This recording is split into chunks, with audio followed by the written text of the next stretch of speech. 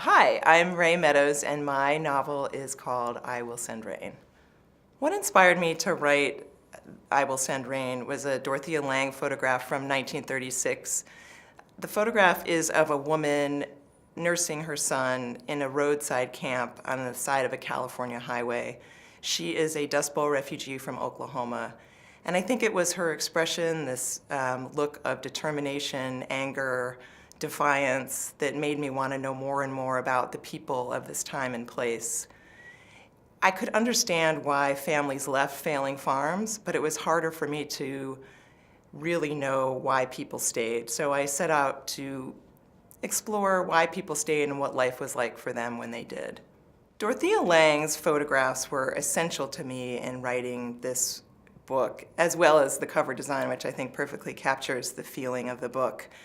Lange was a visionary, and when she worked for the government taking photographs in the 30s, she was a hybrid photographer-sociologist.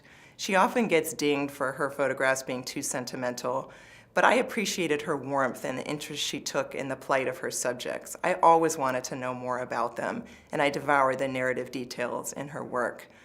The photographs of women and children I found particularly profound and inspiring.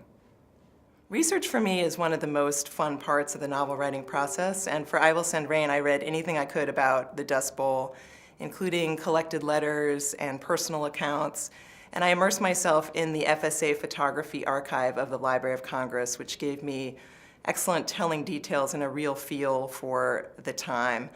I also visited the small town that I fictionalized in the Oklahoma Panhandle and had the wonderful opportunity of talking to people who had lived through the Dust Bowl as children. Before I started this book, I had no idea that the Dust Bowl was largely a man-made environmental disaster.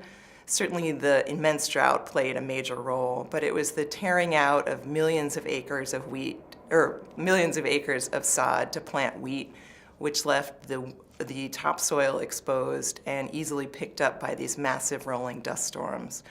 I also found fascinating the small details of everyday life during that period, like how a drop of kerosene was used as a dust cough home remedy, or how grasshoppers descended upon the land and ravaged it, or even how in sod houses or houses that were dug out of hills, you could hear the clicking of centipedes at all hours.